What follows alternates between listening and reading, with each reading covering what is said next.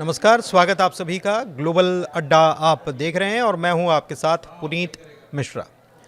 भारत सरकार ने बताया है कि अमेरिका के साथ ट्रेड डील पर बातचीत जारी है।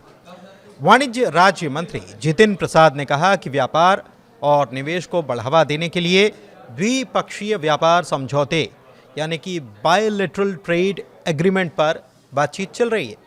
इससे कुछ घंटे पहले ही ट्रंप ने भारत को रूस से तेल खरीदने पर भारी टैरिफ लगाने की धमकी दी थी।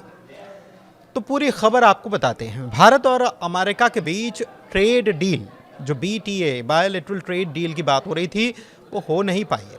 अमेरिकी राष्ट्रपति डोनाल्ड ट्रंप 1 अगस्त से भारत से आयात होने वाली वस्तुओं पर 25% का टैरिफ लगा चुके हैं। रूस से तेल खरीदने पर धमकियां दे रहे हैं। इधर भारत की निजी कंपनियां लगातार रूस में कच्चे तेल के ऑर्डर पंच कर रही हैं। शेयर बाजार जो है वो डावाडोल स्थिति में है और आने वाले दिनों में स्थिति क्या होगी इसके बारे में किसी को कोई अंदाज़ा नहीं है। लेकिन इस बीच भारत सरकार की ओर से ये कहा गया है कि अमेरिका के साथ ट्रेड डील को लेकर हम सक्रिय रूप से बातचीत कर रहे हैं। वाणिज्य राज्य मंत्री जितिन प्रसाद ने 5 अगस्त को लोकसभा में लिखित जवाब दिया और बताया कि भारत और अमेरिका के बीच एक द्विपक्षीय समझौते व्यापार समझौते जिसे बायलैटरल ट्रेड एग्रीमेंट कहा जाता है BTA, इस पर बातचीत अभी जारी है। और जितिन प्रसाद ने यह भी कहा है कि इसका मकसद दोनों देशों के बीच व्यापार और निवेश को बढ़ावा देना है, रोजगार के नए अवसर पैदा करना है और राष्ट्रीय सुरक्षा को और मजबूत करना इसके पीछे है। इस बयान से कुछ घंटे पहले हालांकि भारत ने ट्रंप के एक सोशल मीडिया पोस्ट पर कड़ी प्रतिक्रिया दी थी।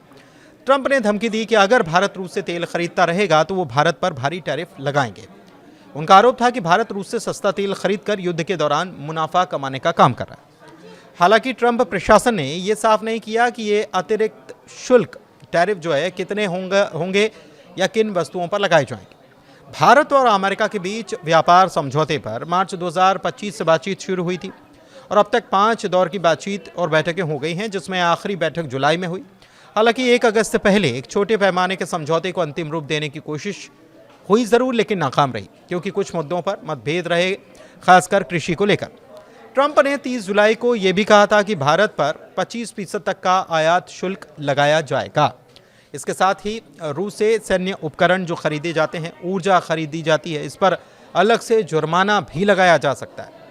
लेकिन क्या आप ये जानते हैं कि ये टैरिफ सिर्फ राजनीतिक फैसले नहीं होते बल्कि एक तय फॉर्मूले पर आधारित होते हैं। हाल में अमेरिकी प्रशासन ने एक पॉलिसी डॉक्यूमेंट जारी कर यह साफ किया कि नए टैरिफ डेटा और गणितीय विश्लेषण के तौर पर किए जाते हैं, इस पर तय किए जाते हैं। ट्रंप प्रशासन का यह कहना है कि टैरिफ लगाने के लिए किसी भी देश के साथ अमेरिका के व्यापार असंतुलन का आकलन किया जाता है, इम्बैलेंस कितना है, और यह असंतुलन उस देश से आयात और उससे किए गए निर्यात के अंतर से तय होता है।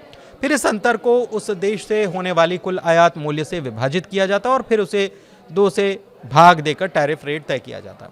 अमेरिका ये चाहता है कि भारत कृषि और डेयरी उत्पादों पर अपने शुल्क को कम करे, लेकिन भारत ने यह साफ कहा है कि राष्ट्रीय हितों से कोई समझौता नहीं किया जाएगा। व्यापार विशेषज्ञों का यह भी मानना है कि दबाव की रणनीति आने वाले समय में दोनों देशों के आर्थिक रिश्तों को और तनावपूर्ण बना सकती है। भारत फिलहाल अपने फैसलों पर कायम है, जबकि अमेरिका लगातार टैरिफ की धार को और तेज किए जा रहा है। अमेरिकी टैरिफ लगने के बाद भारत का लगभग हर प्रोडक्ट अमेरिका में महंगा हो जाएगा। भारत का सामान अमेरिका में महंगा हुआ तो उसे दूसरे देशों से वहां पहुंचने वाले उत्पादों से कड़ा कंपटीशन मिलेगा। भारत के माल की डिमांड कम होने के भी आसार होते हैं, तो ये काफ़ी डर की बात है क्योंकि वो दूसरे देशों के प्रोडक्ट्स के मुकाबले वहां पर महंगे होंगे।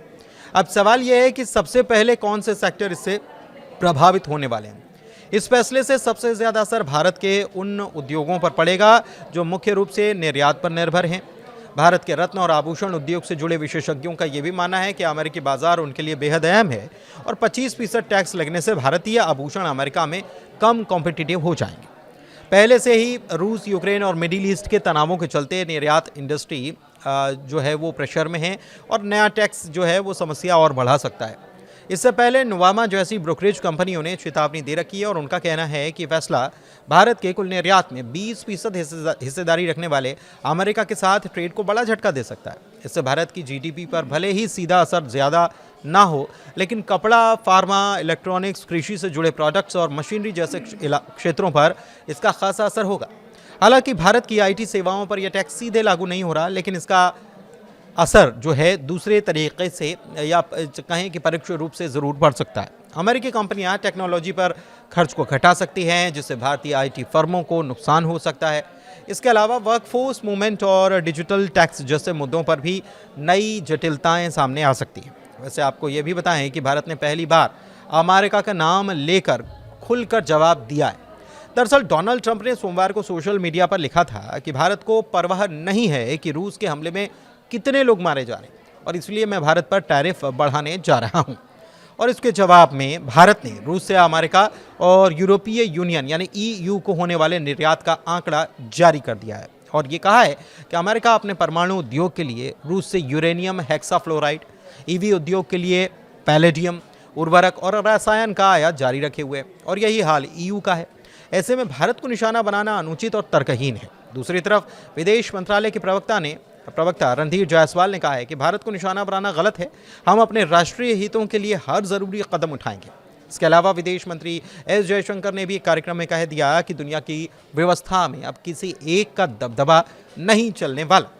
हालांकि ट्रंप की तरफ से भारत के ऊपर टैरिफ का दबाव या टैरिफ को लेकर ये कड़े जो रुख अपनाए गए हैं, उसका एक कारण ब्रिक्स भी है, क्योंकि ट्रंप ब्रिक्स को पहले ही कह चुके हैं कि वो कमज़ोर है, उसका कोई अस्तित्व नहीं है।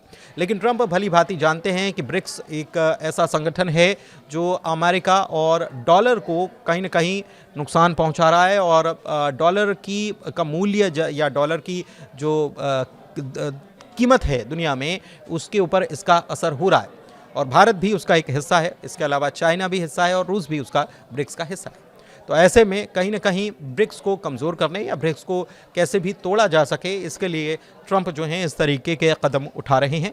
हालांकि हमने आपको जैसे बताया कि टैरिफ जो होता है उसका कोई ये राजनीतिक निर्णय नहीं होता, बल्कि इसके पीछे एक फार्मूला काम करता है। लेकिन इसके पीछे इस फार्मूले के साथ साथ एक कारण ये भी माना जा सकता है कि ब्रिक्स को कमज़ोर करने की कोशिश लगातार अमेरिका की तरफ से की जा रही है, क्योंकि उससे डर है कि ब्रिक्स का वैसे भी विस्तार हो रहा है और इसका और ज़्यादा विस्तार होता है तो ये डी डॉलराइजेशन को बढ़ावा दे सकता है और सीधे सीधे ये अमेरिका के लिए बहुत ज़्यादा नुकसान वाली खबर हो सकती है। और अमेरिका को नुकसान होगा तो जाहिर सी बात है कि उसकी पूरी आर्थिक जो रीढ़ है उसके ऊपर ये चोट है और इसीलिए अमेरिका की तरफ से टैरिफ का खेल अब शुरू किया गया है।